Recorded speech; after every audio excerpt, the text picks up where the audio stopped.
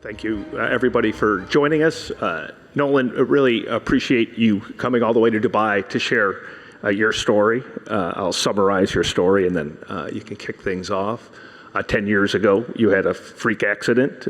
It left you without the ability to move or feel beneath the shoulders.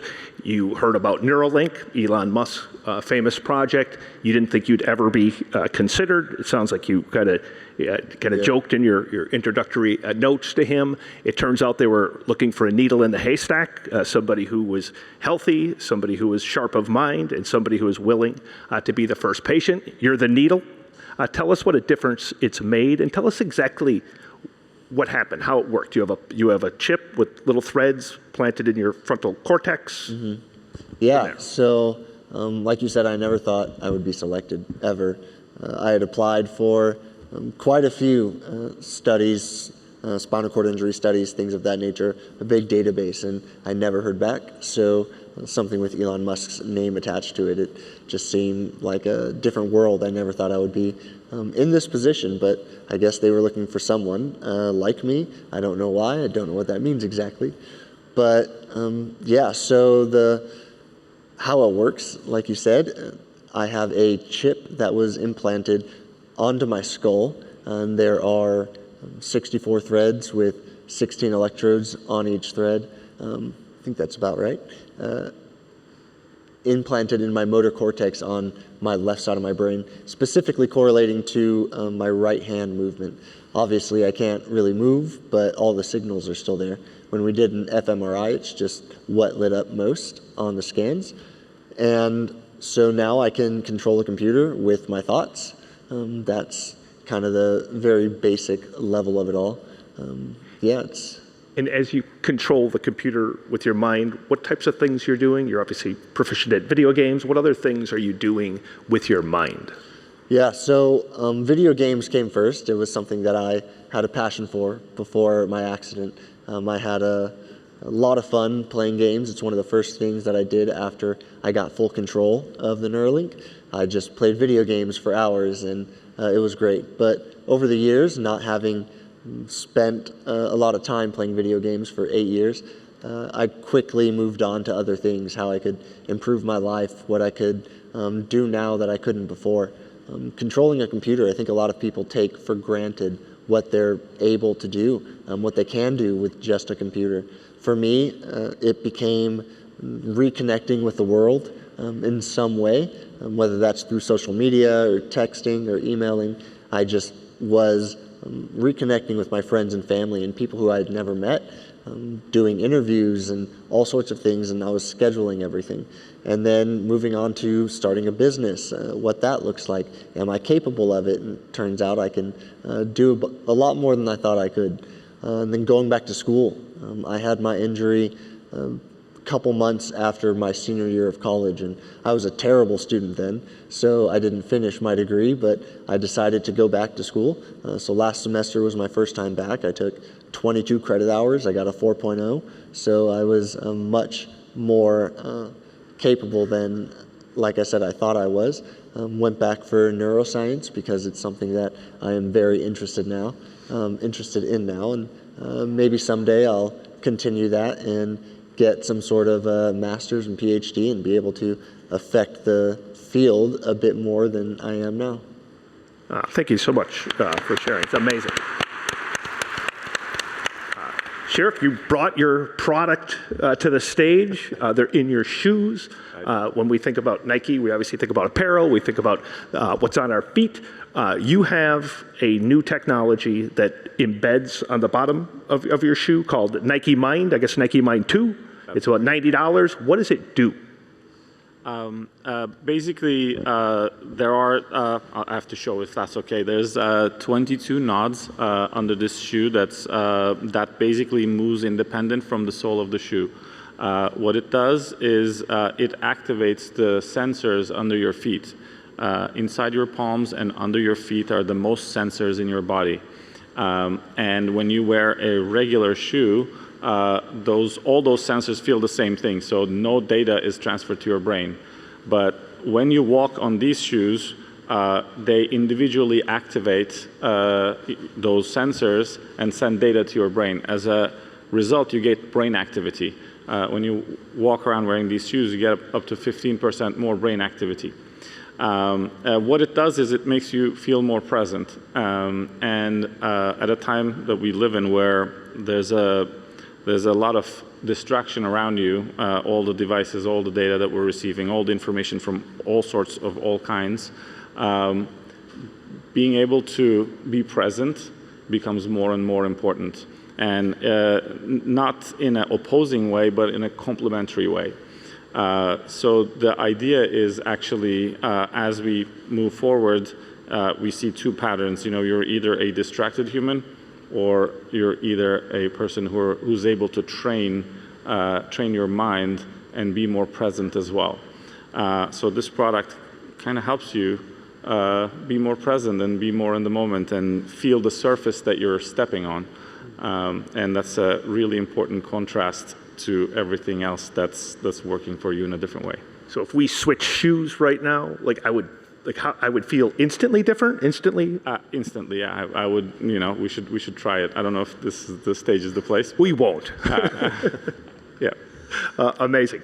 Tom, I'm a Oura fan. There's probably a lot of people wearing Ouras in the audience. So 3 on this stage. 3 on this stage. Yeah.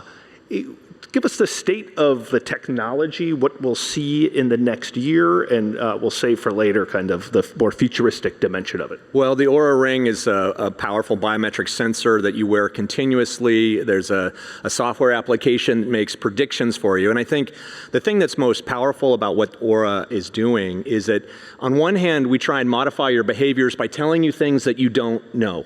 You are getting sick, your stress levels are high, things that you may not experience yourself through your mind or your body. We're trying to give you a sixth sense. And that's sort of in the kind of goal of changing your behaviors to bend towards health. You know, eating healthy, exercising more, drinking less, all the things that would moderate towards health.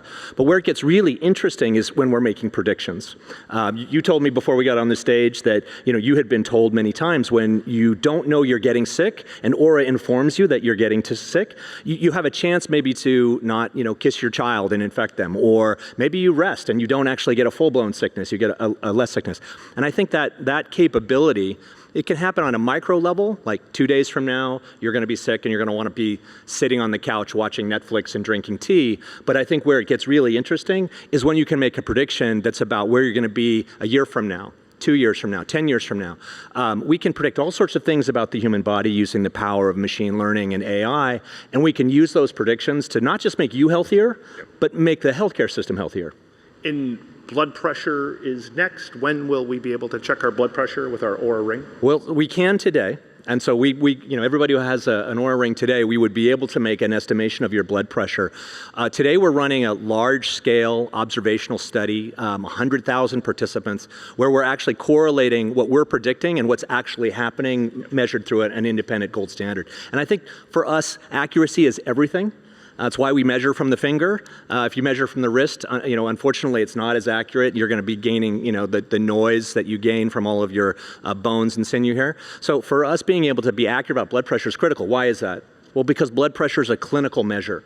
It tells you whether you have hypertension or if you have hypotension, whether you're headed for a stroke. You can't make that mistake. If I tell you you're going to have a stroke and you don't, that's terrible. What a terrible thing. We would never want to do that. So accuracy is key. One of the cool things about this conference is the focus on the future. When you talk to Elon Musk, when you talk to your friends at Neuralink and you think about the future for you, what's a realistic outcome? Will you get to movement? How optimistic are they? I'm very optimistic. I'm not sure it's going to happen in my lifetime. I tell people, I think, in my estimation, 10 to 20 years, it's possible. They're already doing work with implanting a chip in the brain and one below the level of injury in the spinal cord, and essentially they speak to each other and skip that break, and you would be able to regain movement. I've said in interviews before that I think there will come a day where people can come into a hospital with a spinal cord injury and walk out the next day. There are obviously some problems that need to be solved there, but I think it's incredibly realistic. I don't think it's sci-fi anymore. So maybe one day it'll happen for me.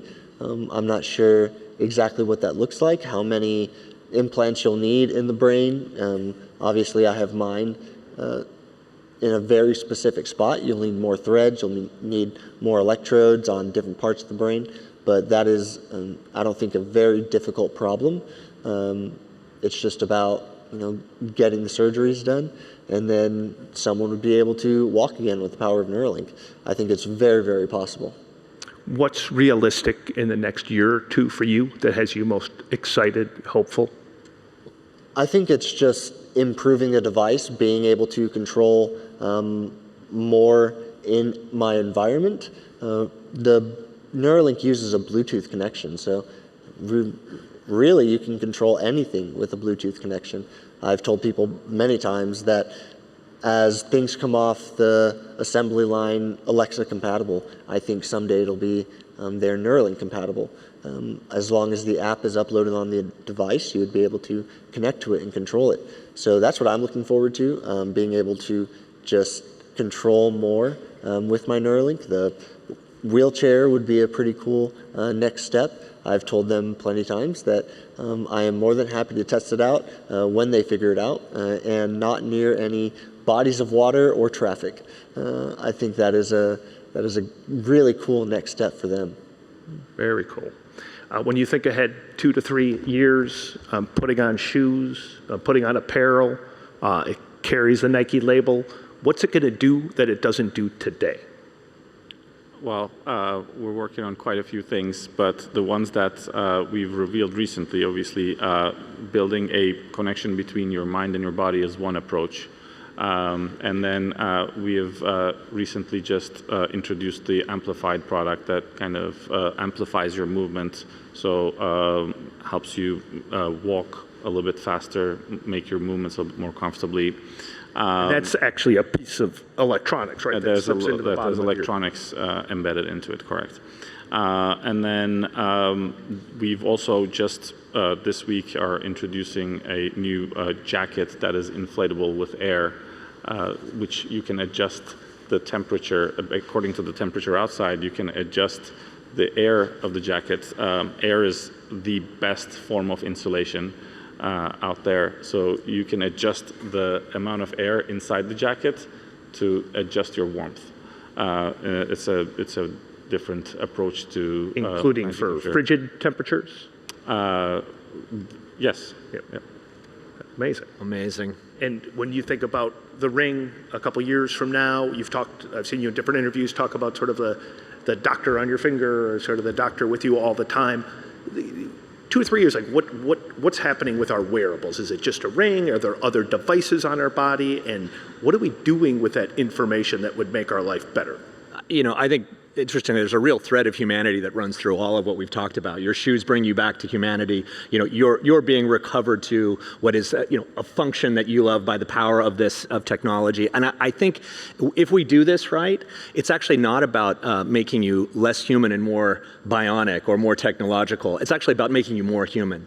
And so for me, I think as we think about the ring, there's things that will be going forward. There'll be a cloud of wearables, and based on the use case, maybe based on your illness or based on your physical condition or your goals, maybe you'll use a different cloud of wearables. Maybe you'll have glasses that work with your ring, that work with a sensor on your body for a different kind of hormone, something like that. There'll be a cloud of wearables, but it'll be different by use case. But what won't be different was there will be a way to understand you over time and in the specific case, meaning that my physiology is not the same as yours or as yours for obvious reasons, but what's the machine learning model that knows me best? And what sort of the predictions can the system make about me that are germane to me? What are the potential illnesses I might have? What's the trajectory of my health? How can I change that trajectory for the better? I think that power will come through a density of data across multiple sensors. And as I said, everyone's already got a supercomputer, and this device can make predictions that are mind-boggling in terms of their ability to understand the future of someone's health or physiology. And I think we're going to be in a world where you're going to be the CEO of your own health journey. Your doctor, who today has 100 patients, he'll have 100,000 patients because he'll be doing this through remote sensing, machine learning, artificial intelligence, and really a new structure for healthcare. Is the biggest obstacle to getting to that, is it the technology or is it the regulatory environment? I think it's a little bit of both. I mean, obviously, you want a wearable that fits into your life, right? You want something that doesn't nag you, or we don't want another digital mouth to feed. And I think that's where the Ring really excels. It kind of fits into your life very well. And I think that's about the sort of, how do you change someone's behavior? Well, it's compounded over lots of small changes over time. That's the power of the Oura Ring. The flip side of it is that I think the world has been, for medicine in particular, in a world of scarcity. There's not enough doctors. There's not enough knowledge. There's not enough technology being made available because the companies that produce it have economic incentives to make as much money as they reasonably should from a device. But I think actually where we want to get to is a place where it's a new model of medicine. And I think the regulatory waters are seeing the changes of AI, seeing the changes of wearables, seeing changes like Neuralink, and realizing that we're on the brink of something that's really transformational.